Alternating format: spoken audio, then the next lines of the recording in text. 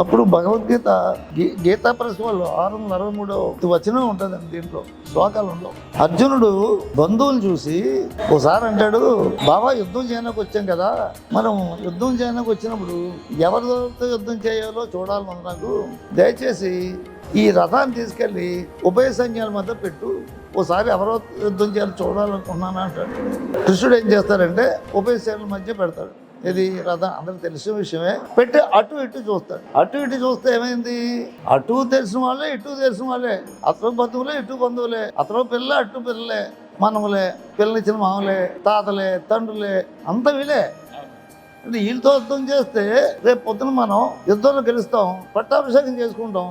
వీళ్ళు ఎవరు ఉండరే, మనం 5గురే ఉంటాం ఇక్కడ, మన వల్లే ఉంటాం. ఏంటి ఫలితం, మనం దేనికైనా ఇల్లు కట్టుకుంది, ఏం కట్టుకున్నా సరే 10 మంది ఆనందిస్తారు, మనకు మంచి పేరు వస్తుంది అనుకుంటాం. అలాంటి వాళ్ళు ఎవరూ లేరు అక్కడ.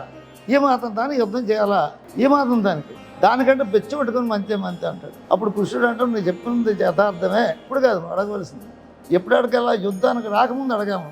ఏమని, యుద్ధంలో ఎవరెవరు వస్తారు అని అడగాలి. కానీ ఎక్కడున్నాను ఇప్పుడు, వాడెక్కడ భీష్ముడు శంఖ పూరించాడు, వాళ్ళంతా రెడీ అన్నారు, వీళ్ళు రెడీ అన్నారు. ఈ టైంలో వచ్చి అడుగుతున్నావు నువ్వు యుద్ధభూమిలో ఈ టైం ట్రైన్కి టికెట్ తీసుకున్నావు, టికెట్ తీసుకుని ప్లాట్ఫామ్ ట్రైన్ వచ్చింది.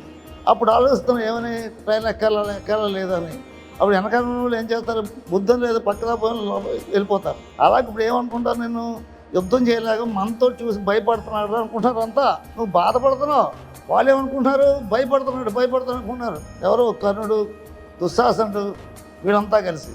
నువ్వేమో ఇక్కడ బతిమాలుతున్నావు కాళ్ళ మీద పడి. వాళ్ళు ఏమనుకున్నారు, యుద్ధం చేయలేక భయపడుతున్నారు, పిరిగి బాడిగా చూస్తారు. నేను ఇంతకంటే పిరిగిదాన్ని ఎలాంటి తెలుసా, నువ్వు చచ్చిపోయిన తర్వాత కూడా మీ మనవలు కూడా తగిలతాయి, పిరిగితనం ముద్ర అయిపోతుంది. అంచేత ఈ పిరిగి ముద్ర వేసుకోవద్దు, నువ్వు ధైర్యంగా ఉండు. నువ్వు చేయవలసింది ఏంటి, ఎందుకు వచ్చేక్కడికి చాలామంది ఏమంటారంటే యుద్ధాన్ని ప్రేరేపించాడంట. యుద్ధాన్ని ప్రేరేపించలేదు, ధర్మాన్ని ప్రేరేపించాడు.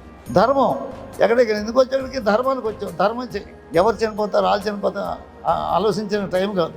ఎందుకంటే చావు నీ చేతుల్లో లేదు. ఈ టైంలో చనిపోతే ఎప్పుడో చనిపోతారు వాళ్ళు. అందరికీ ముచ్చు నిర్ణయమైపోయింది. పుట్టేటప్పుడే నిర్ణయం భగవద్గీత చెప్పారు, 11లో చెప్పేసారు. పుట్టినప్పుడే మరణం కూడా నిర్ణయం అయిపోయింది. మందు కొనేటప్పుడు ఎక్స్పైరీ డేట్ ఎలా వేస్తారో అలాగే ఇక్కడ ఎక్స్పైరీ డేట్ వేస్తారు అందరికీ. మనం యుద్ధం చేసేదంతా చచ్చిపోయేవాళ్ళతోటే. అంచేత ఇప్పుడు మీరు ఎవరితో మాట్లాడుతున్నారు, చనిపోయేతోటే. నేను ఎవరితో మాట్లాడుతున్నాను, చనిపోయేవాళ్ళతోటే. అందుకే భగవద్గీత ఒక విషయం ఉన్నారు, నువ్వు బతుకున్న వాడి గురించి కానీ చనిపోయేవాడి గురించి బాధపడుతూ అంటాడు.